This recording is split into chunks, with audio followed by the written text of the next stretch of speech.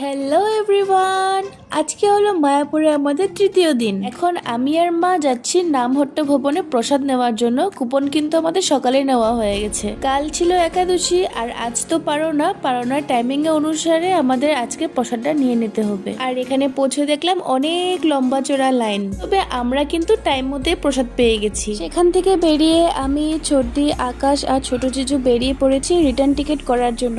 বাড়ি তো ফিরতেই হবে, তাই না বলো? আর এখানে এত সুন্দর সুন্দর জায়গা ঘুরে নিয়েছি না যে বাড়ি যেতে ইচ্ছেই করছে না। যেখানে টিকিট করতে এসেছি তার অপোজিটে একটা মন্দির দেখতে পেয়েছি, শ্রী চৈতন্য গৌরীয় বোট। আর আমরা সবাই সেখানে ঢুকে গেলাম ঠাকুর দর্শন করার জন্য। সেদিনকে তো পেয়ারা মাখা খেয়েছি, তবে আজকে আর পেয়ারা মাখা খাবো না, আজকে খাবো কাঁচা আম মাখা। কাঁচা আমগুলো দেখতে যে এত সুন্দর ছিল আর দিদিটা অনেক সুন্দর করে বানিয়ে দিয়েছে। আম মাখা খেতে খেতে আমরা মন্দিরের একেবারে কাছে পৌঁছে গেছি। আর এখানে আকাশ কিনে দিল আইসক্রিম। বাকি পার্ট পরে আসবে, এখনের জন্য টাটা।